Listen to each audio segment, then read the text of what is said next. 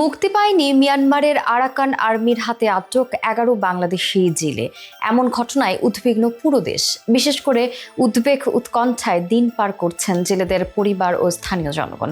স্থানীয় প্রশাসন, coast guard এবং সরকারের উচ্চ পর্যায়ে বারবার যোগাযোগ করলেও এখন পর্যন্ত কোনো ফল পাওয়া যায়নি। জানা গেছে, বাংলাদেশে ১১ জন জেলে বৈধভাবে বাংলাদেশের জলসীমায় মাছ ধরতে গেলেও অপহরণ করা হয় তাদের। জেলেদের পরিবার সদস্যরা জানাচ্ছেন, তারা দিন কাটাচ্ছেন চরম উৎকণ্ঠায়। কোনো রকম তথ্য না পাওয়ায় সন্তানদের জীবন নিয়ে শঙ্কিত তারা। বাংলাদেশের পররাষ্ট্র মন্ত্রণালয় মিয়ানমারের সঙ্গে কূটনৈতিক আলোচনা চালিয়ে যাচ্ছে বলেও জানা গেছে, তবে এখনো এতে আশাব্যঞ্জক কোনো অগ্রগতি হয়নি। বিশেষজ্ঞরা বলছেন, এই ঘটনা শুধু মানবিক দিক থেকেই নয়, দেশের সার্বভৌমত্বের দিক থেকেও অত্যন্ত গুরুত্বপূর্ণ। দ্রুত কার্যকর কূটনৈতিক প্রচেষ্টার মাধ্যমেই ১১ জন জেলেকে মুক্ত করার দাবি জানানো হচ্ছে সব মহল থেকে।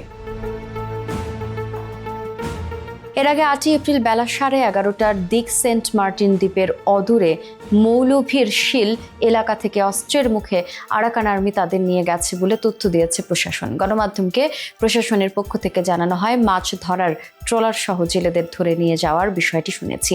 এ ঘটনায় আইনশৃঙ্খলা বাহিনীর সঙ্গে আলোচনা করে তাদের ফেরত আনার চেষ্টা চালানো হবে।